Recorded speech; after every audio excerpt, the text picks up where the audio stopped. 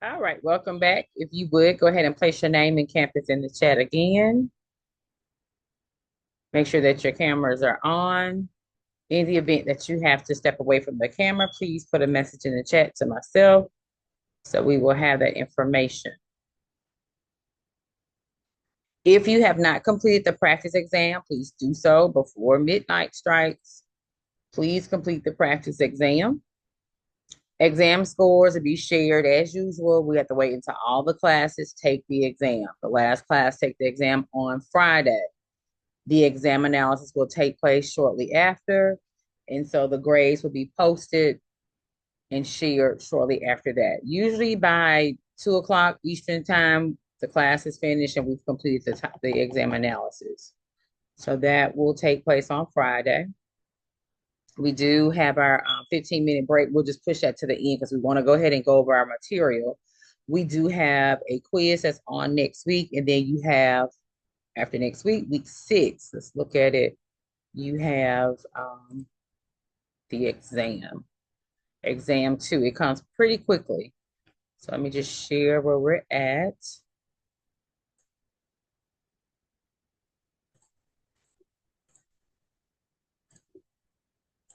This is a reminder, these sessions are recorded and they are viewed by the attendance administrators, you all.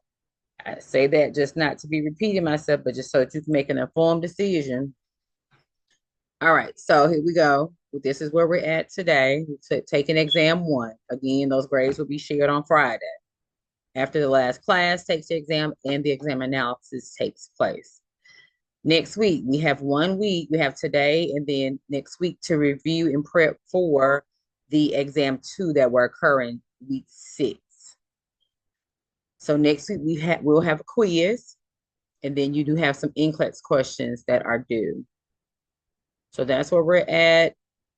To me, after you take this first exam, things go really, really fast. So just make sure that you are looking at your schedules, rearranging what you need to, deleting, putting things on pause, looking at work, family, school, all of the things that you're responsible for, and try to get as close to a balance as you can. Think about those clinical rotations, your work, everything.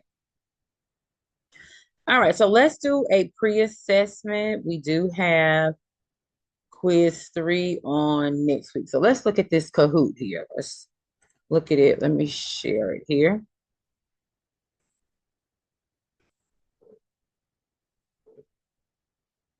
Uh-oh. I'm having some connectivity issues. Let's see here. I'm trying to share my Kahoot. If I lose you, just stay right there. I'll log back in. I think it's this mouse is on this computer. Where did my Kahoot go to?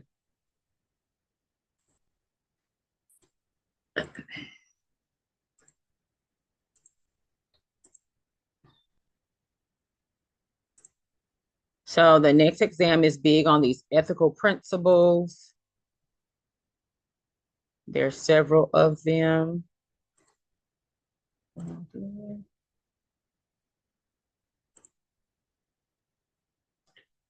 as we continue to read and discuss them, just think about your encounters at your clinical sites, the scenarios that you're reading in your required readings,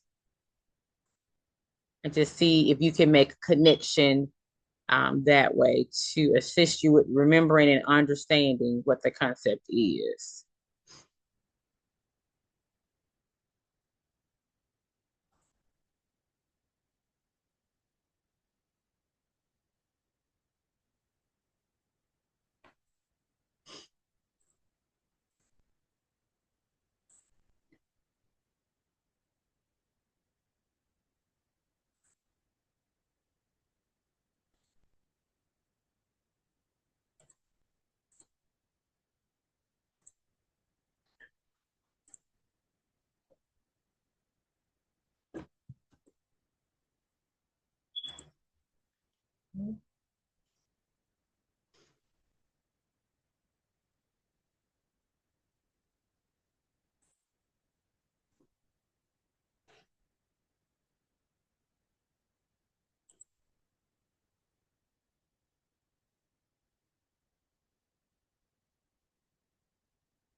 Okay, so my Kahoot looks like it has disappeared. So we'll just go on to our PowerPoint here. All right, so let me share my screen. Show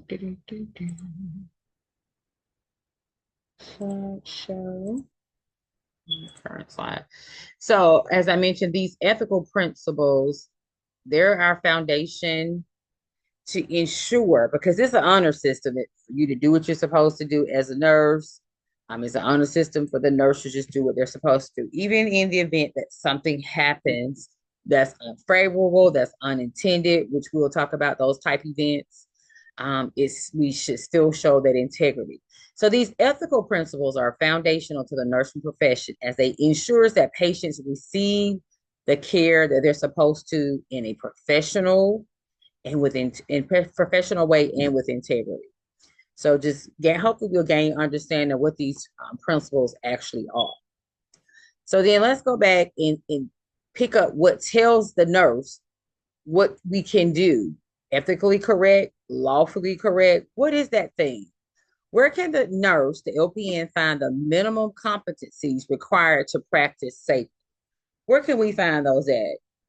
If you are in Alabama, if you're in Georgia, New York, where can you find that at? Someone come off mute and tell me. On the state website? Okay. And to be more specific, where is that at? That state's Nurse Practice Act. So each Yes. state, you want to go to that state's Nurse Practice Act. It tells us those things that at a minimum what we are required to do to practice safely. And it is important to know what your scope of practice is, because unfortunately, you will go to, even while you're in clinicals, you'll have people that approach you knowing they're supposed to go to the clinical instructor and knowing that you're that student and that you're practicing under someone else's license, they will still approach you. So it's up to you to know what your guidelines are and to say, no, no, this is out of my scope of practice. No, you're supposed to ask my clinical instructor. There's a procedure in place. But the Nurse Practice Act for every state, even if you're a multi-state, if you have that multi-state license, you depends on what state you're in. That's the Nurse Practice Act that you go by, and you want to make sure that you're doing what it says, because that's what they're going. If something comes up and they call 1-800-DIAL lawyer, they're going to pull that up. Of course, that facilities, policies, and procedure, which are derived from this Nurse Practice Act. And it's going to be that guideline that says, hey, this nurse did what they were supposed to do legally. Or it says, this nurse did not do what they were legally supposed to do. So the Nurse Practice Act is guided by that state statutes and it's considered the law. So, like I said, people will come up to you and ask you to do things that they know they're not supposed to.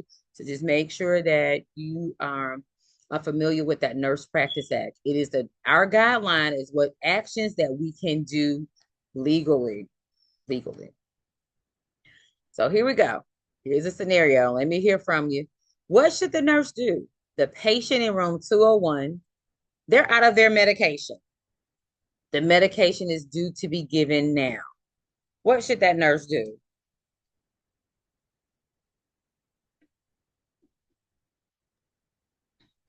Notify the physician? Okay, we have notified the physician. Anyone else? The medication is due now.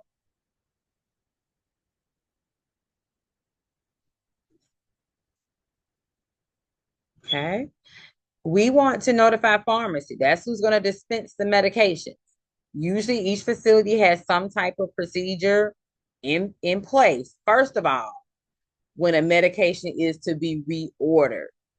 If there's a new order for a medication, there's a procedure in place in order to get that medication from pharmacy.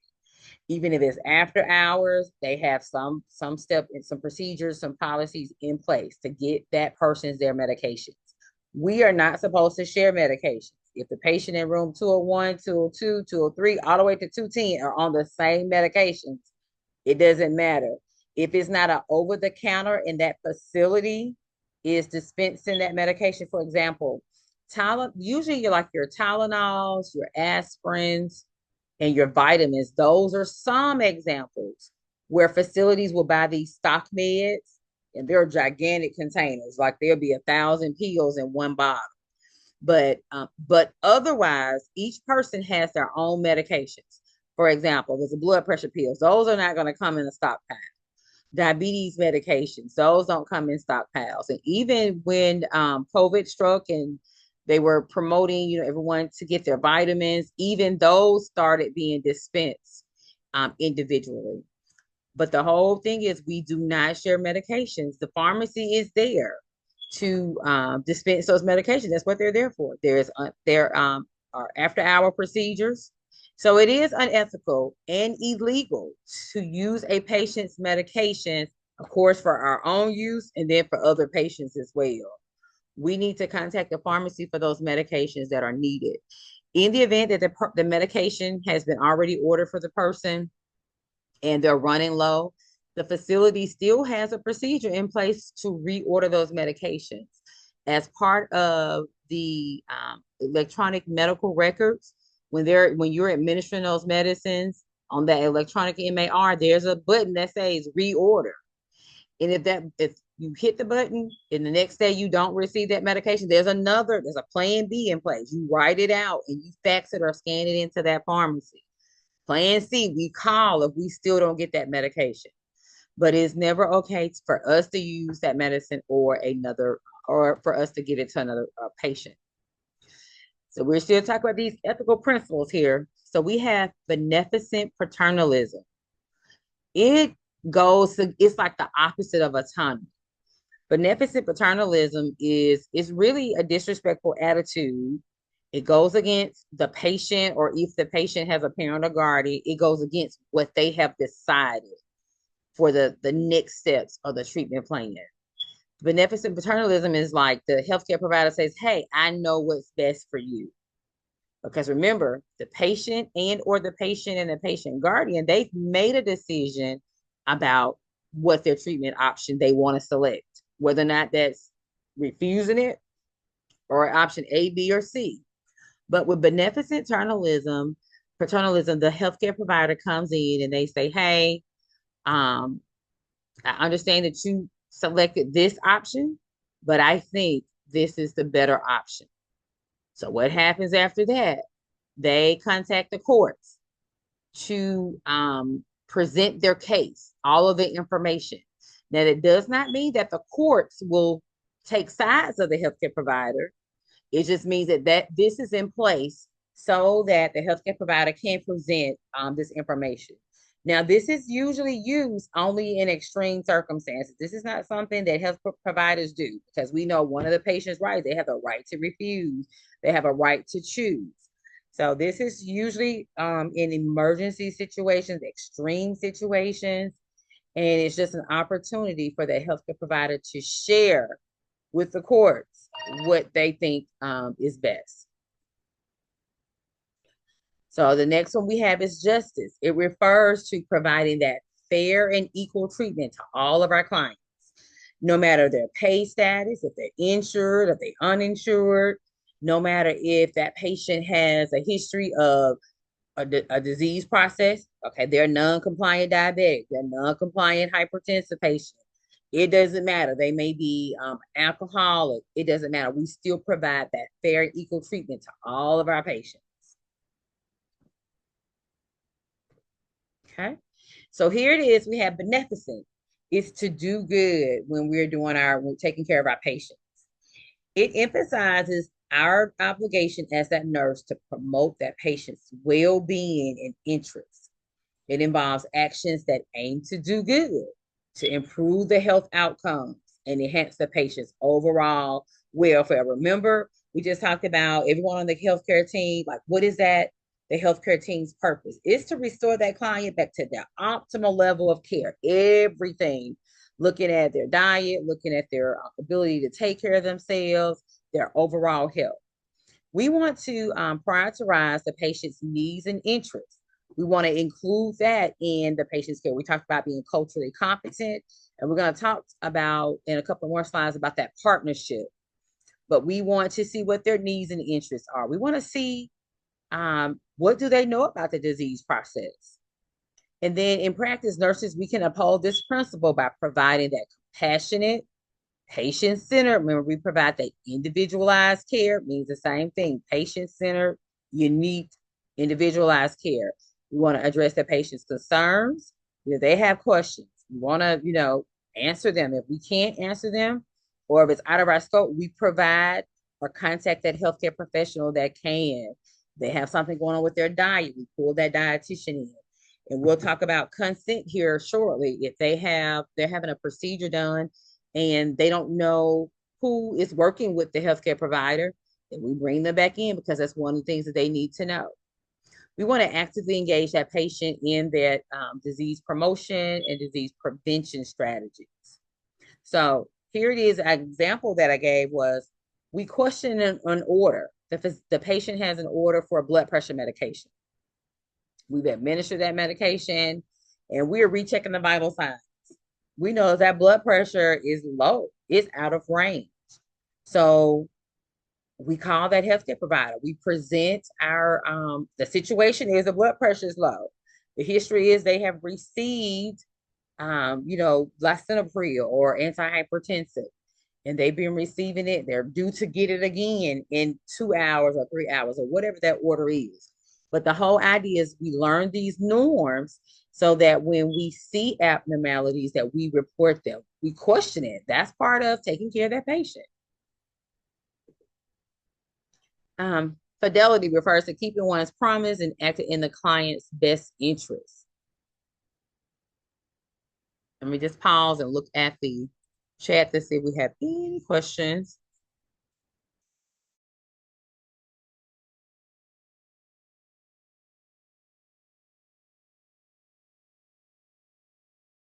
So let me hear from you. Let me hear one of you. I'll read the next couple of slides. Let's mix it up a little bit.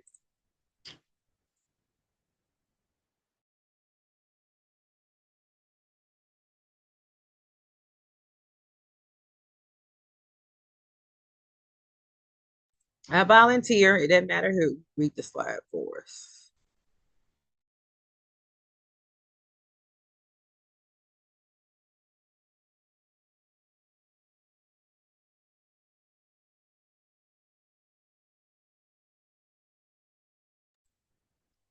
I volunteer, please.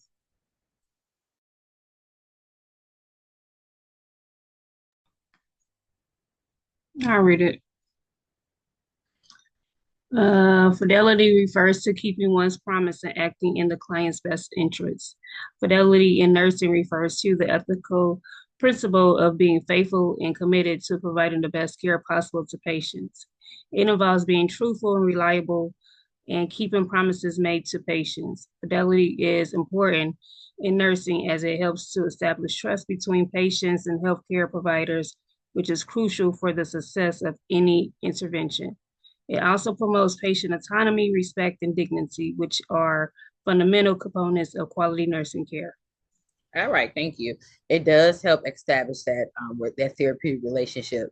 So in the event that something happens, fault of our own or just because of human error, then it kind of softens that conversation or the blow of us having to, talk about or discuss or find a solution if something goes wrong.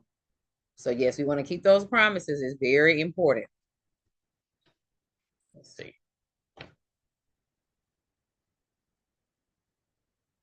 So here we go. We have 3 situations at a minimum. These 3, we must report them, be revealed to the appropriate authorities. Let me have someone else read this slide for us.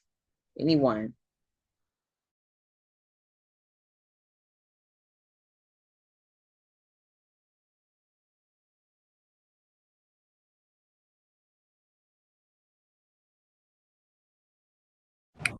Based upon law, the following situations must be revealed to the appropriate authorities: gunshot injury, suicidal ideation with a plan, and reaction to a medication. Okay, thank you. So even if the person says, hey, I was just messing around, or I got this new gun, and I have been to gun safety classes, we still have to report that gunshot injury. Suicidal ideation with that plan, reaction to a medication. Usually If they give you a medication, they give you a shot, or it's a vaccination, or if it's a PO med, whatever it is, you usually have to wait in order. Well, usually I think it's about 15 minutes they ask you to wait before leaving. And we're just trying to make sure that you're not going to have a reaction to that medication, because usually if they're going to administer you something, it's something that you haven't been given. So anyways, if it's an injection, vaccination, PO med, whatever, you want to observe that person to ensure that they're not having any type of reaction. In the event that they do, sometimes it's minimum. Hopefully it's never anaphylaxis, but sometimes they will have that shortness of breath and trouble breathing. Sometimes they'll just break out in hives or have itching, but whatever that reaction is, we still must report it.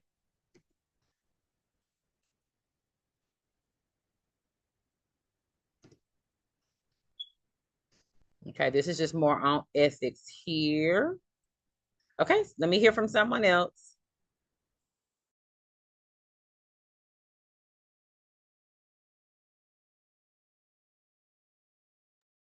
Ethics is a system of standards or moral principles that direct actions as being right or wrong. Ethics is concerned with the ways people, either individually or as a group, decide the following: what actions are right or wrong, if one has the right to do something, if one has the duty to do something. Thank you so much. So this duty, we'll talk more about this right here. Right or wrong? Is this the correct thing to do, or is this incorrect? Should we not be doing this, or is it okay to do this? And that Nurse Practice Act guides us, because it tells us those things that we can legally do based upon that state that we're actually in. Now we'll talk about networking within your facility, assisting others without being asked and things like that. But when we're talking about that networking, we're talking about maybe refreshing the nurse's water, helping them restock their medication cart, like their straws and different things that are supposed to be on the cart. We're not talking about anything that's going to give you the duty to a patient, as though that you have been assigned to that patient, or that assigned to provide the care for that person. The ethics is that right or wrong. Is it this the correct thing to do? Should we be doing this? You overhear some coworkers talking and about one of the patients that's a frequent flyer. You'll have them. This person is non-compliant with their hypertensive medicine. This person is non-compliant with their diabetes medicine. This person may be an alcoholic or whatever. We overhear them saying what they're not going to do for this patient because of their pay status. Ethically, is that correct? Should that patient receive different care? No, they shouldn't. We talked about justice earlier. So here we go. We've been talking about ethics, right or wrong. We talked about the Nurse Practice Act. Now we're looking at personal versus professional. So the Nurse Practice Act says, hey, these are the things that you can lawfully do in your state. You can do these things. You can complete these tasks in order to take care of your patients, no matter what setting you're in.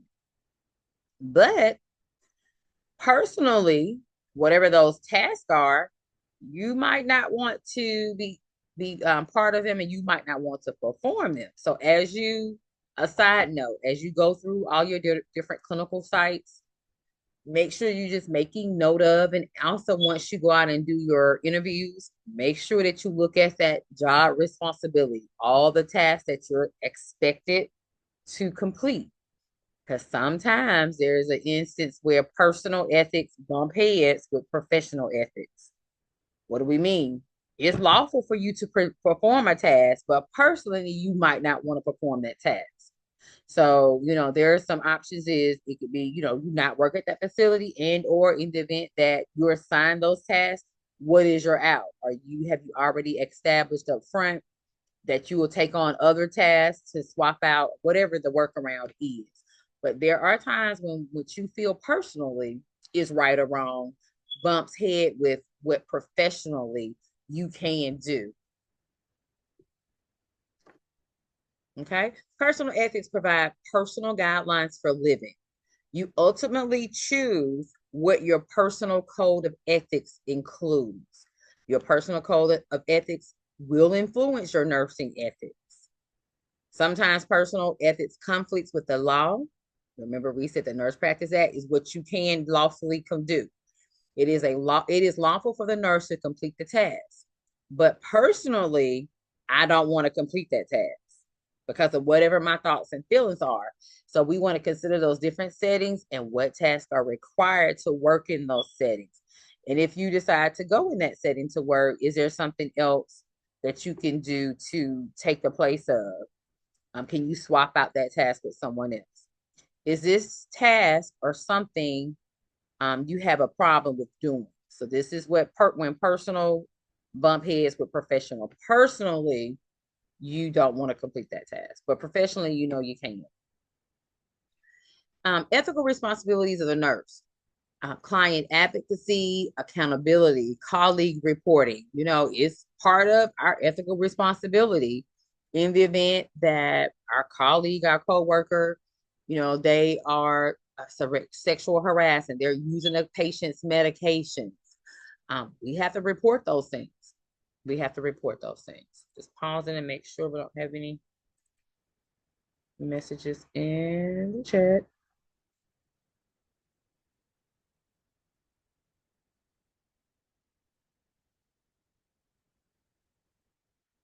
Okay, so let me pause here. Let me just recap what we have seen, just to make sure.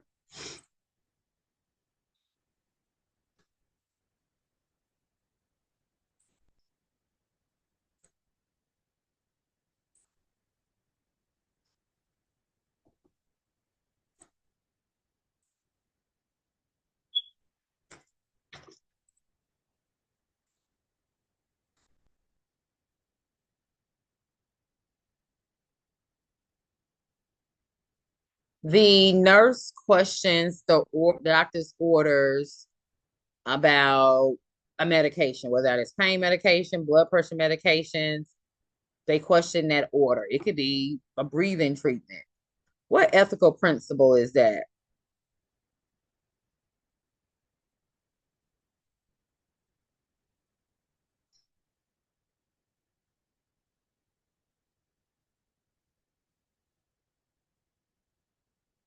Is that beneficent paternalism? Is that beneficence? Or is that non-malfeasance? We're questioning the doctor's order.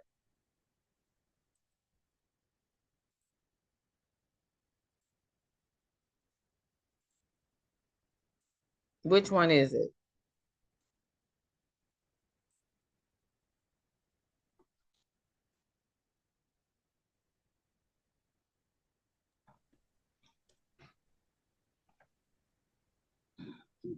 Is it beneficent?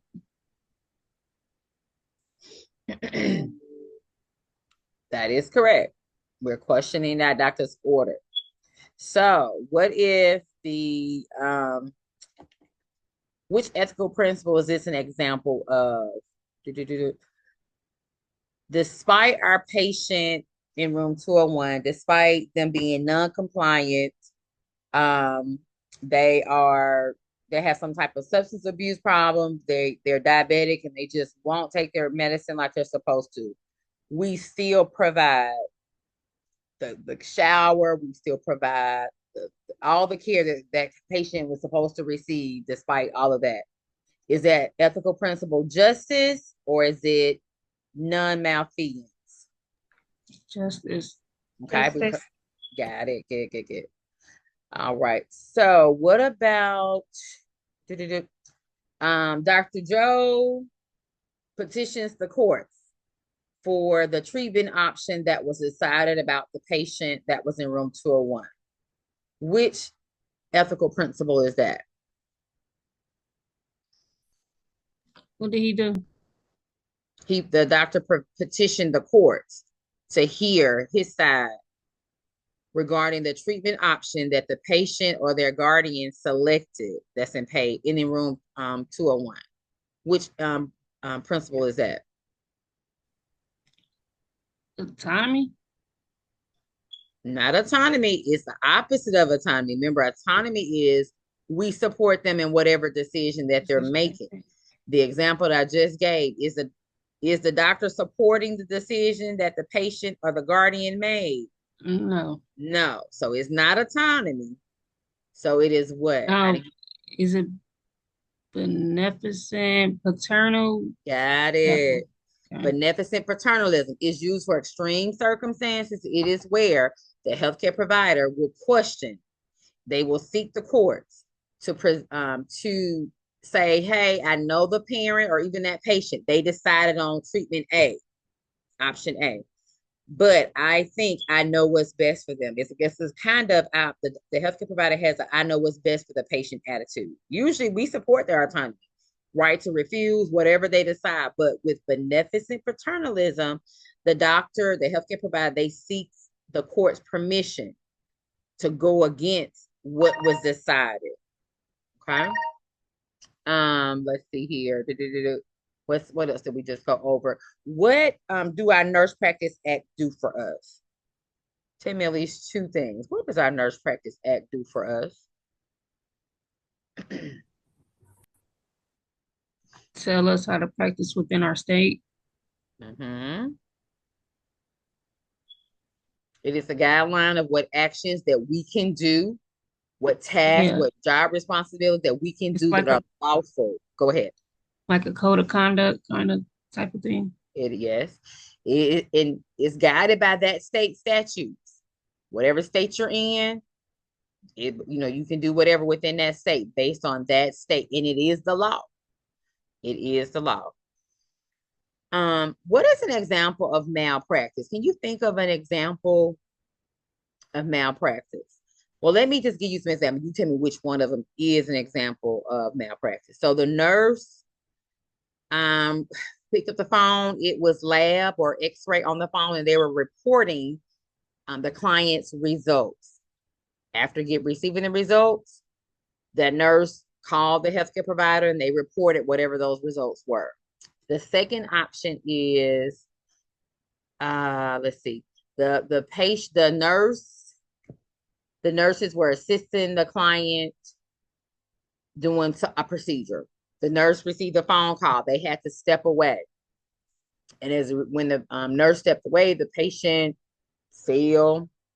They got some type of injury. But the nurse. That's malpractice. That's malpractice. Wait a minute. Wait, y'all did that is good because what happened? Was that nurse supposed to step away? No. No. You're supposed to stay with the client at all times. Exactly. Because remember, that care plan is the roadmap. It tells us what to do to take care of this patient. If it says two persons assistance, one person's assistance or set up help, that's what we're gonna be held accountable for. So that is malpractice. So make sure we talk about care plans, but the care plan and what we're doing and the things that we document, they should all match. Care plan is our to-do list for this patient. We actually do those things, then we come back and document those things. All those things should say the same thing. If they call 1-800-lawyer, they're gonna look at, well, what did the care plan say? The care plan said they needed two people or one person. That care plan said they only needed one, and they could be set up and left alone. And something happened when the nurse left, then that nurse didn't do anything wrong.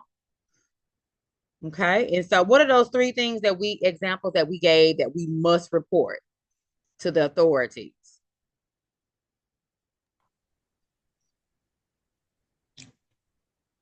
Abuse. Okay, mandated reporting. Yeah, we're going to talk about that a little bit on next week. We are mandated reporters, but what are some examples, some situations where usually our patients probably don't want us to report it, but we have to report these things? I know suicidal, gunshot wounds. Suicidal ideations with the plan. Got it. Two more. The gunshot wound.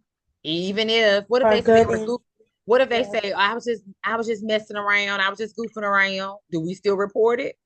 Yes. What if they pull out my card and shows where I have been to gun safety classes? Do we still report that gunshot injury? Yeah. Okay. Yeah. What's the other instance? What's the other instance that we report?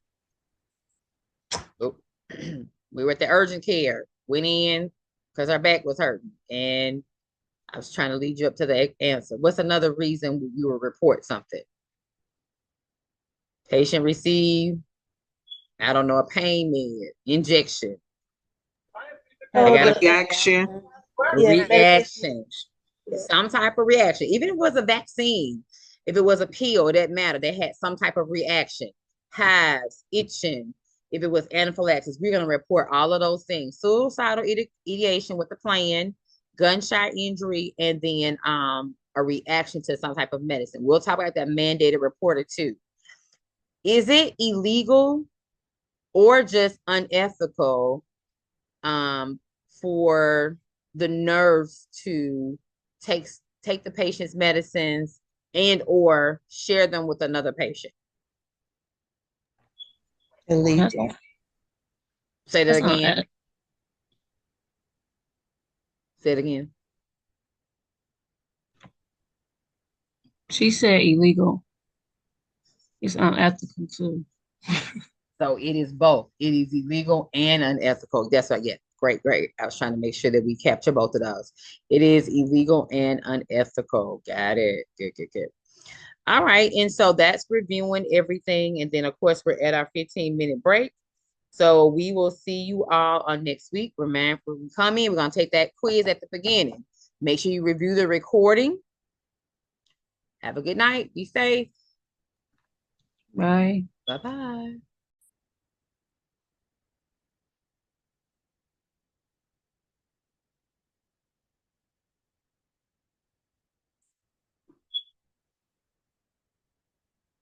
Non-malfeasance is where we are avoiding causing harm to someone. Okay. Non-malfeasance is what we're avoiding causing harm to someone. So generally, before we leave out of that patient's room, we always want to make sure that the beds are in the lowest position. We want to make sure that call lights are in reach, that their personal belongings are in reach as well. So that would be an example of non-malfeasance.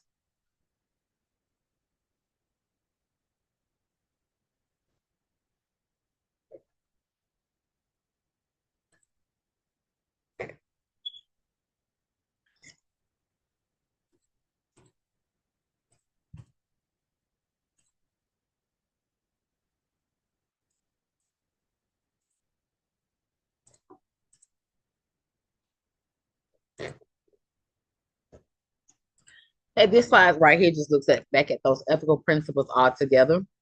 We have non-malfeasance, to do no harm; beneficent, to do good; autonomy, free to choose, and that's including privacy. That's including that client right to make their own healthcare decisions. Fidelity, we're being true. This includes HIPAA. Fidelity refers to keeping one's promise and acting in the client's best interest. Justice, fair to all. And that equals justice refers to providing fair and equal treatment to all clients, no matter what their history is, their diagnosis, or their pay status. Autonomy. We want to support the person, refers to the client's right to determine the course of action. They determine what procedures they want. It is their decision what treatment options that they want.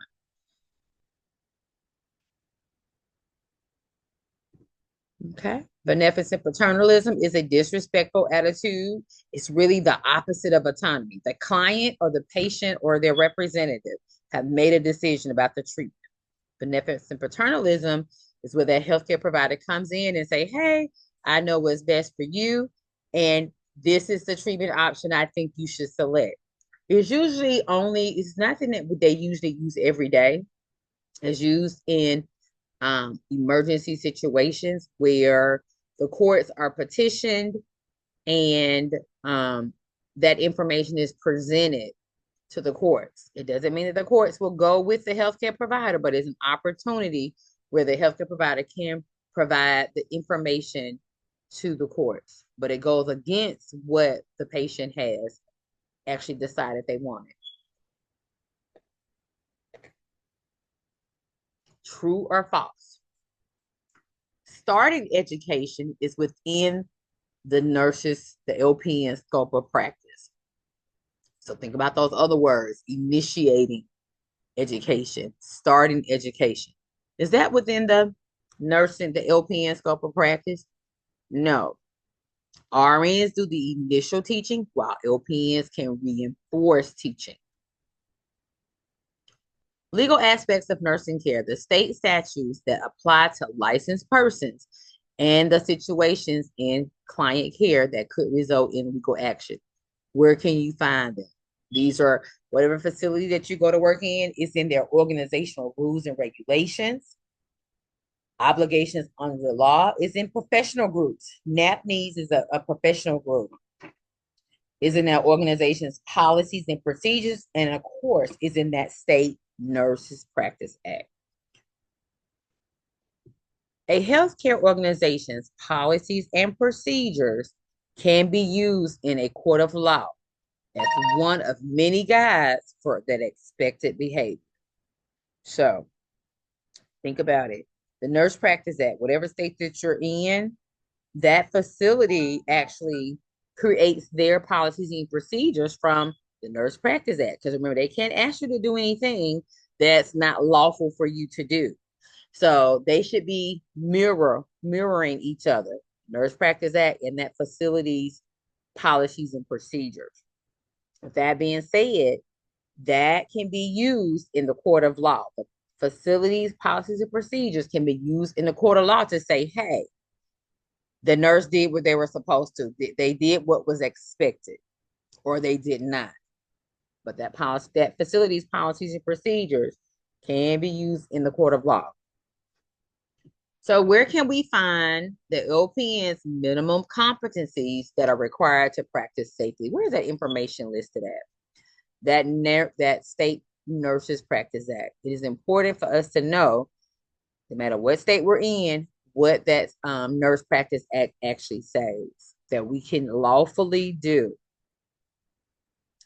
Functions of the state boards of nursing general provisions. It tells us about general procedures, licensure process, elements of unprofessional conduct, information related to reasons for a suspended or revoked license. It even tells us about impaired professional programs, general functions of the licensed nurse, and the definition of nursing. It also lists those standards of nursing conduct, organizational approval, and administration of nursing programs, and then continuing education. That continuing education is that information that you must do every year based on whatever state that you're in order to keep your license current.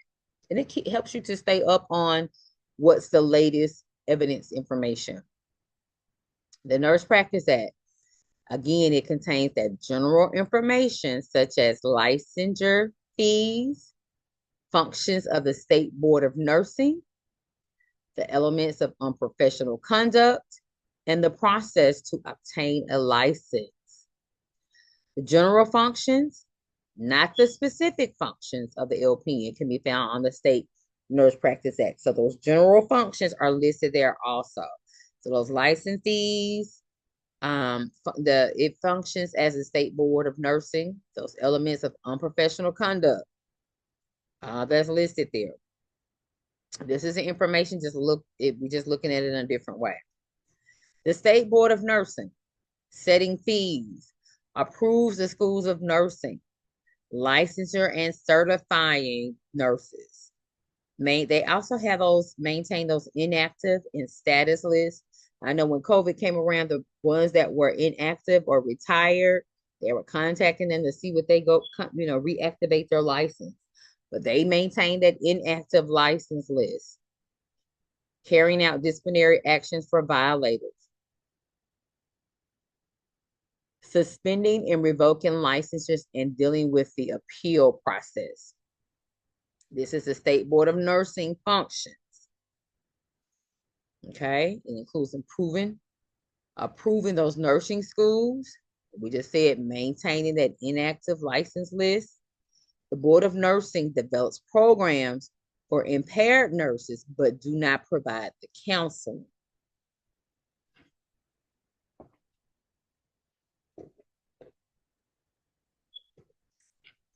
Unfortunately, things do go wrong. People do things that are ethically incorrect or wrong. There are 8 categories that can result in disciplinary actions: alcohol or drug abuse, unethical conduct, incompetence, discipline by another jurisdiction, violation of that Nurse Practice Act, negligence, criminal activity, fraud, and deceit. If it didn't happen, don't be documenting that things happen. You know, as a nurse, you'll have access to patients' information. Do what you're supposed to do with that information. Don't be selling it on the what's it, the dark web. And if you have an issue with alcohol and drug use, then that nurse, that state's nurse, they usually have association. They usually have some programs and things that they can do to assist the nurse that has problems. If I do something wrong, what's next? Let's look at these disciplinary steps. A complaint is filed to the state board. That complaint is reviewed. An investigation is done. The board proceedings, this is where the nurse has that opportunity to respond. The board proceedings is where that nurse has the opportunity to respond. There might be a settlement conference, there might be a hearing, and there might be some alternatives to discipline programs, such as the substance abuse monitoring programs. Well, the nurse will have to go in every so often and, you know, maybe provide a urine sample or a blood be drawn. But a complaint is filed, the complaint is reviewed, there is an investigation, and the board proceedings is where the nurse will have an opportunity to respond. Then that board actions, is this an emergency action? Does it require immediate suspension? You know, disciplinary actions, if this require fines be paid, you know, that fines are civil. This is a civil penalty. Usually if it's civil, money has to be paid. Is there a public reprimand with no license restriction? Is it a limitation on practices? Sometimes, especially when we talk about limitation on practice, a nurse can practice, but they can only practice if there is a certain type of supervisor on shift that day or during those hours. You know, had the license been, does a disciplinary action mean that the license have been taken, or is there remediation? So reporting and enforcement. We have the nurses, it's a national data bank that they're supposed to look in. A facility or organization is supposed to look in that database to verify whether or not that nurse has a license, and also do they have any disciplinary action on their license. And then again, the National Practitioner Data Bank is another database where that information is housed as well, is whether or not that nurse, so if that nurse does have disciplinary actions, their name is going to be listed in that National Practitioner Data Bank as well. Okay, let's recap. A complaint is filed. A determination is made. The nurse's judgment, an example is the nurse's judgment was altered or incorrect, which made them unsafe to practice. Confirmations that there were violations of the Nurse Practice Act and the law. The board will review the complaint. When reviewing the complaint, the board will run a criminal background check. The investigation occurs after the review of the complaint, followed by the board proceedings, the board action, and then reporting and enforcement. The nurse will have the opportunity to respond to the allegations during the board proceedings. The board action follows the board proceedings in which the disciplinary action is determined. During the investigation phase, the board gathers information regarding the incident. They may have to call co-workers in. They may have to get statements from family members. They may have to look at the actual schedule itself to see who was all working. They may even run back footage from the camera, because remember that most of these facilities, you're being recorded. They can see you. I don't think they can hear you, but they can see you. But during that investigation phase, information is gathered. During the review of the complaint, the Board of Nursing verifies additional information about the nurse, such as the state license, any criminal background checks, and whether the Nurses Act is regulated by that Nurse Practice Act. So they look at all of those things because they're getting ready to say whether or not this nurse did something that was right or wrong. And then if it's wrong, if it's determined that they did something wrong, that nurse might have to serve jail time, they have to pay fines, they may have to be in a regulatory program. So they want to do due process and make sure they gather all the information so that everything is looked at. We talked about this, that National Practitioner Data Bank. It is that data system that will track unfit healthcare practitioners and restrict the ability of incompetent professionals to move from state to state without disclosure of a previous incompetence. So what has happened before this huge file cabinet system, so to speak, if a person had violated something, they were able to move from state to state and no one would know that they had some type of disciplinary action on their license.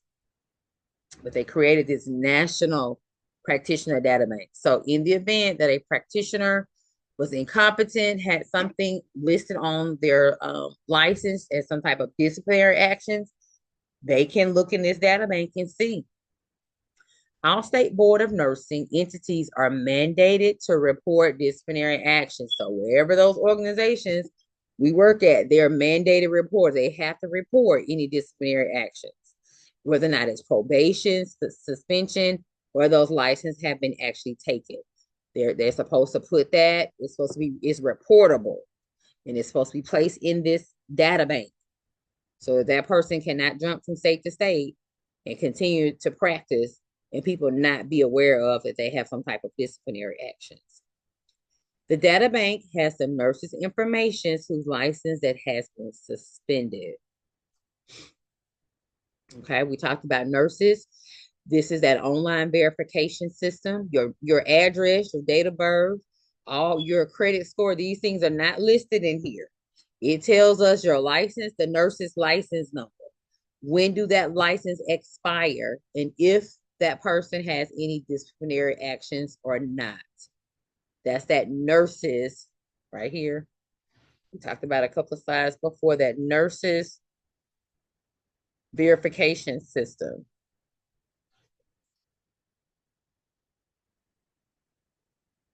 That national database where we verify whether or not that person has any disciplinary actions, but it just has your name, your license number, when it expires, and whether or not there are any disciplinary actions. All that other information is not needed.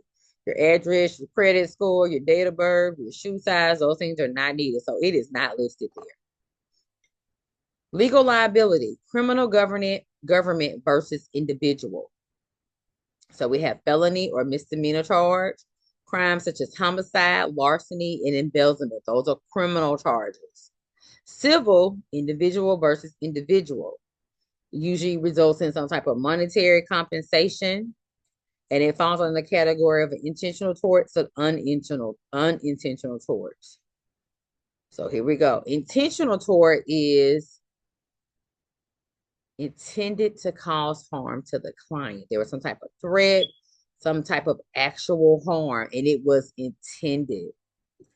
Unintentional, they did not mean to cause harm or hurt the client. So an example is the nurse gave the client an incorrect medication, which caused that injury. The client could have been, the nurse did not use the rights of medication administration, but still they did not intend to cause that client any harm. So that's an unintentional tort. Liability is being responsible for something. Liability in nursing is associated with a civil law and includes contracts, negligence, and intentional and unintentional torts. Okay, let's look at negligence. There are 4 parts of negligence. Here's our example. The nurse Lisa, was assigned patient in room 201. Nurse Lisa went in to provide care for the patient in room 201. Nurse Lisa gets a phone call. She steps away to take the phone call. Something happens. This client is damaged. This client received some type of injury. And when they look back at the care plan, they say, this care plan says that this person is not set up.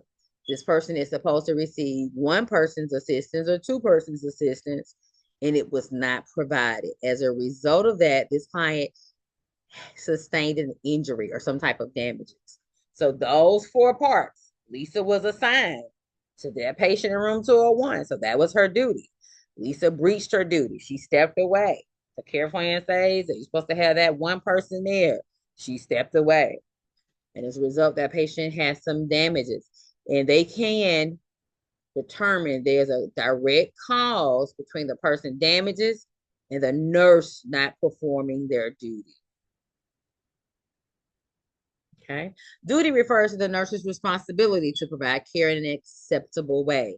The nurse has a duty based on their education as well as the policies and standards of the place of employment. Remember, we just said the Nurse Practice Act tells those things that we can lawfully do. And then that organizations, that facilities, policies, procedures can be called into the court of law because that's what's expected of that nurse. Breach of duty means that the nurse did not adhere to the nursing standard of care. What was expected on the nurse, was not done. Omission or was not done correctly. That was a commission. An expert nurse witness established that standard of care. So they'll call a nurse in, they call them experts. And they'll say, hey, they'll testify and say, hey, this is what's expected. And a reasonable person, if we brought 100 nurses, put them in the same or similar situations, this is what should have happened. So they established that baseline as what should have happened, which is called the standards of care. Damages mean that the client must be able to show that the nurse's negligent act, remember that nurse left the client's bedside, that act caused that client damages that they received, was their direct cause. That proximate cause means that there are reasonable cause and effect because that nurse was not there, and the effect of it was that client sustained some type of injury. That's that proximate cause.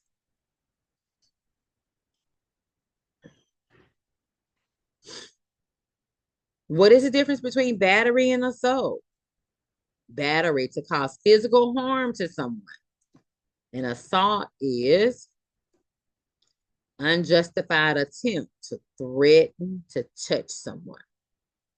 Okay, this is where they actually cause that physical harm. That's that battery. And then assault, an attempt or threat to touch someone. We have a chemical versus a physical restraint. Chemical, that's any type of medication that is used to restrain, alter that client with the intentions to alter that person.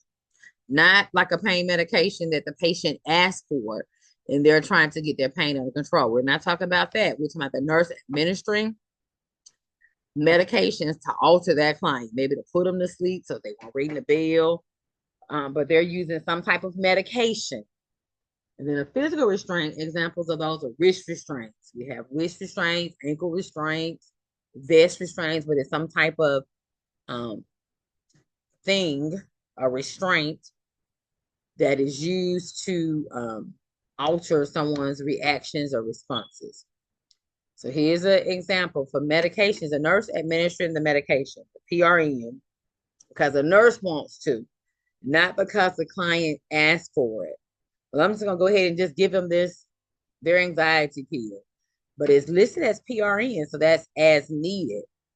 The nurses administer that medication because they want to, not because the situation is warranted that we administer it. Okay, the wrist restraints. The patient has on the wrist restraints to confine the arms to one place to prevent pulling out or dislodging a breathing tube. Okay. Defamation, damage to one's character, can be through slander, spoken, or libel, which is written. Some examples: sending an email to an editor of a newspaper, posting on social media. You want to be careful with sharing information. Because if you're sharing certain things, it's like you're making that post. False accusations on a performance evaluation. So slander is spoken, liable is written. Okay. Steps for bringing the legal actions. The client believes that the nurse has violated his or her rights. The client seeks the advice of an attorney. The attorney brings in that nurse expert to review the information and determine if those standards of care have been violated, to determine whether or not that nurse did not do what they were supposed to do. The client, which is the plaintiff, files a complaint that documents the grievance or the violation of rules. This is served to the defendant, the nurse. The defendant responds in writing. Discovery period. This is pre-trial begins. Statements are taken. The nurse expert, the client, the plaintiff, and other caregivers get statements from everybody. We talked about this before. The policies and procedures of that healthcare facility, they're reviewed because they are brought in, they're looked at to determine if the nurse did what was expected or not. During the trial, important information is presented to the judge or the jury. The verdict is decision. It is reached. The plaintiff, which is the client, has the burden of proof. Evidence of wrongdoing during the trial. They have the burden of proof to prove that what they're saying happened actually happened. An appeal is a request for another trial can be made if either the plaintiff or the defendant does not consider the verdict acceptable.